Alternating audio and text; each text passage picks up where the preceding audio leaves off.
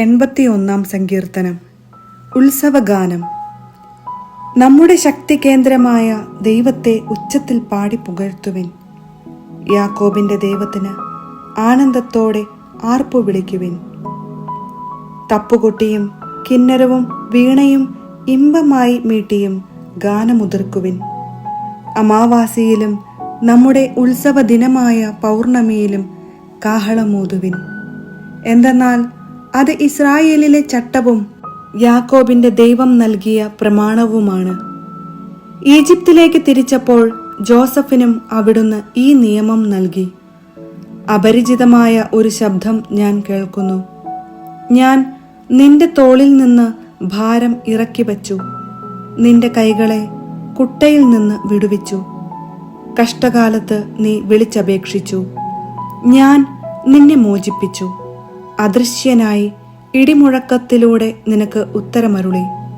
മെരീബ ജലാശയത്തിനരികെ വെച്ച് ഞാൻ നിന്നെ പരീക്ഷിച്ചു.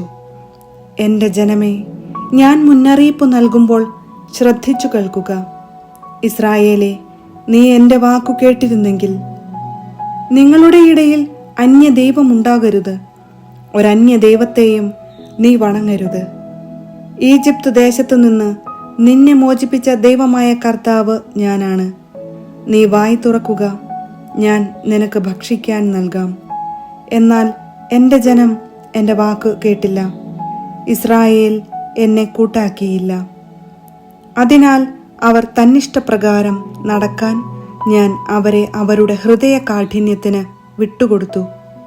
എൻ്റെ ജനം എൻ്റെ വാക്കു കേട്ടിരുന്നെങ്കിൽ, ഇസ്രായേൽ എൻ്റെ മാർഗത്തിൽ ചരിച്ചിരുന്നെങ്കിൽ, അതിവേഗം അവരുടെ വൈരികളെ ഞാൻ കീഴ്പ്പെടുത്തുമായിരുന്നു.